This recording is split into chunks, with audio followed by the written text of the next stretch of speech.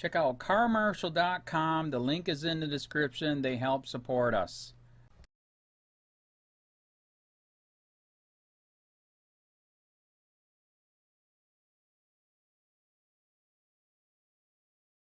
Don't talk to police. Legal behavior justified a search. By the Daily Bell staff, February 20, 2018. It was legal to carry weed in his car when he was in Washington state. But now he was in Indiana, pulled over for a broken headlight. The cop didn't smell anything suspicious, nor did he suspect the driver of being impaired. But he did ask some questions. And that is where the driver screwed up. It is hard in the moment. An intimidating person with a gun is interrogating you. But you have got to stay calm and say in the most polite possible way that you will be exercising your right to remain silent. Try something like, "With all due respect, sir, I make it a habit not answer questions without a lawyer present." The police officer may try to intimidate and bully you, but he cannot establish probable cause based on your refusal to answer his questions. The cop asked the driver if he had any marijuana in the car. The driver said no.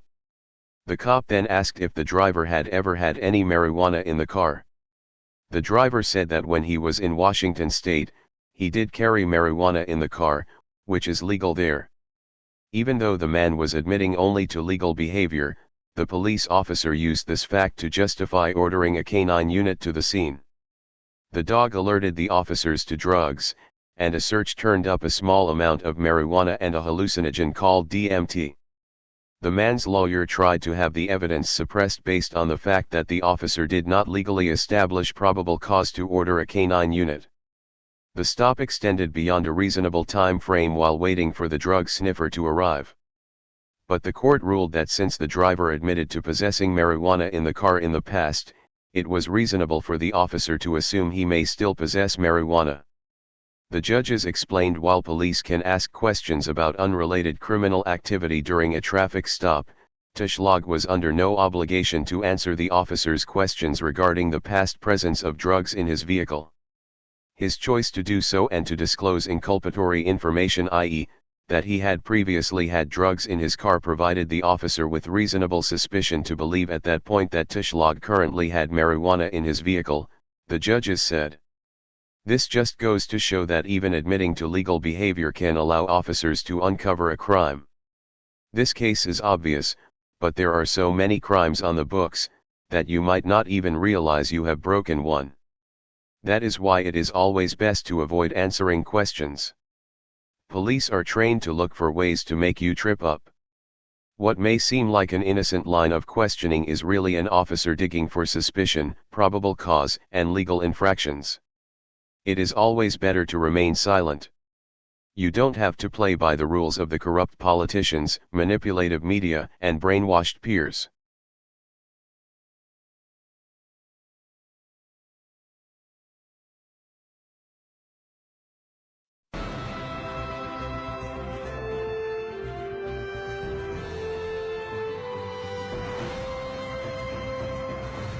Does the government work for us, or do we work for the government? Tonight, what if the Constitution no longer applied?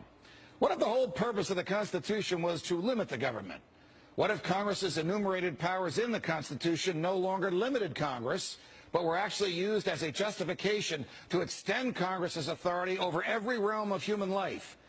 What if the president, meant to be an equal to Congress, has instead become a democratically elected, term-limited monarch? What if the president assumed that everything he did was legal just because he's the president? What if he could interrupt your regularly scheduled radio and TV programming for a special message from him? What if he could declare war on his own?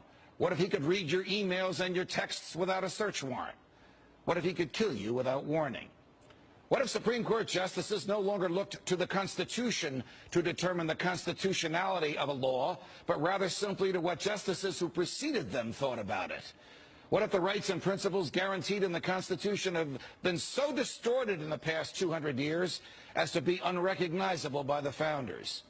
What if the 50 states were no longer sovereign entities, equals to each other, and parents of the federal government they voluntarily constituted?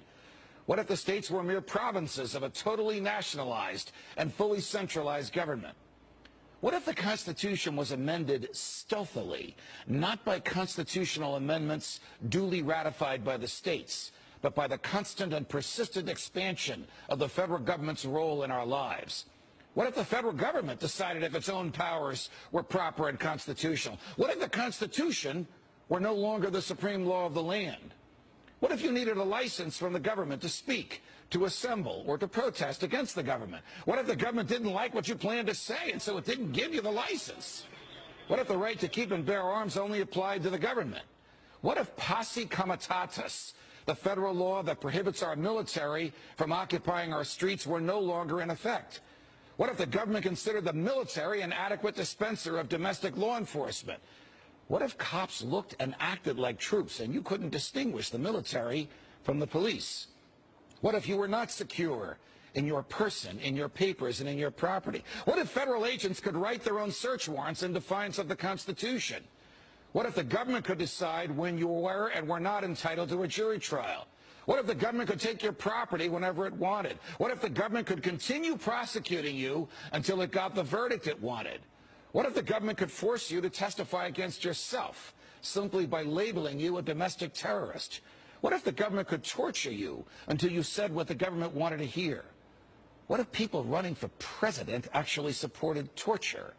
What if the government tortured your children to get to you?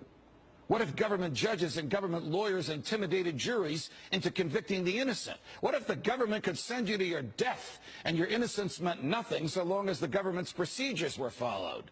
What if America's prison population, the largest in the world, was a cruel and unusual way for a country to be free? What if half the prison population never harmed anyone but themselves?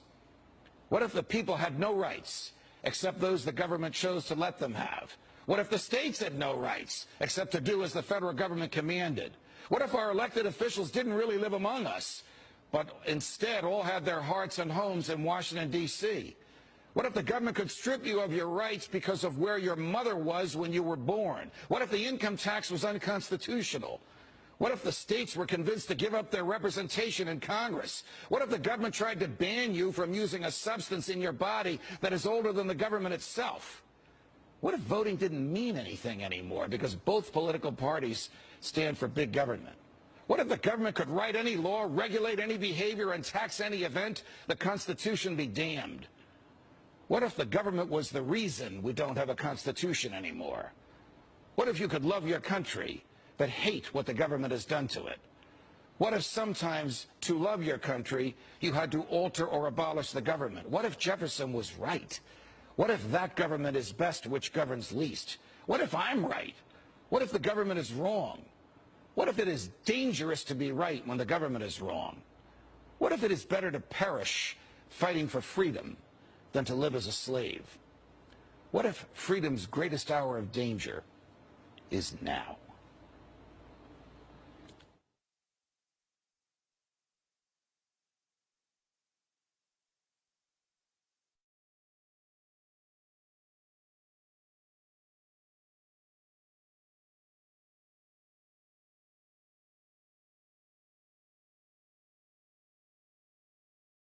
County. This is Charlotte County COPWATCH, and I wanted to explain what fair use is.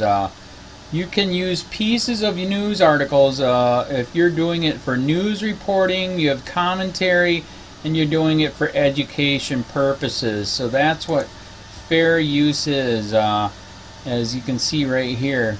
Another reason why I wanted to make this video is to let you know I have just joined with Patreon. A nice thing with Patreon, I make no money on YouTube. They took the money away years ago, and so this is another way to give, and it's a nice thing too because you can give monthly.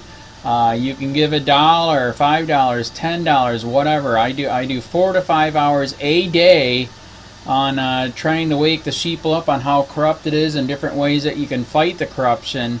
So Patreon is a way that you can do it, and then of course the old way is still there. Donate to Charlotte County COPWATCH with PayPal or credit card. So keep that in mind. 4 to 5 hours a day. I make no money, but the corruption happened to me and I'm sick of it, so I'm trying to wake people up. But my wife would love it if some, if we could get some help out there. There's 47,000 subscribers. Just think if each one of you subscribers just gave a, let's say,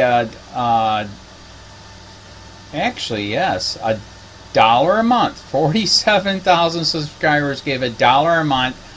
That would be awesome. That's not going to happen. But anyways, that would be great if it did happen. But, do the math in your head. Just think about it. Like I said, 4 to 5 hours a day. I get no money from YouTube. YouTube has gone nuts. You can't do anything anymore.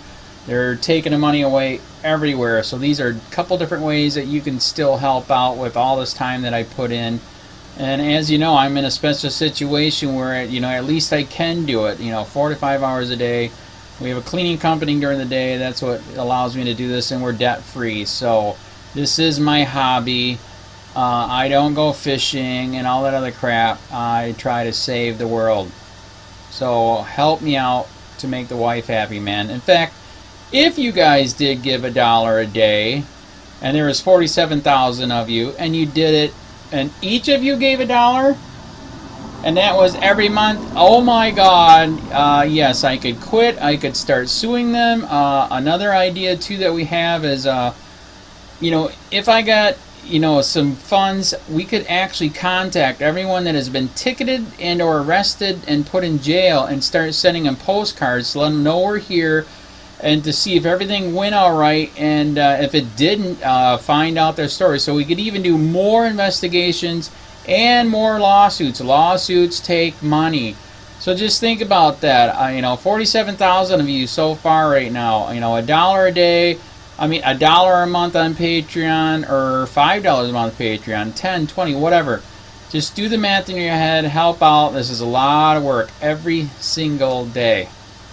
Thanks.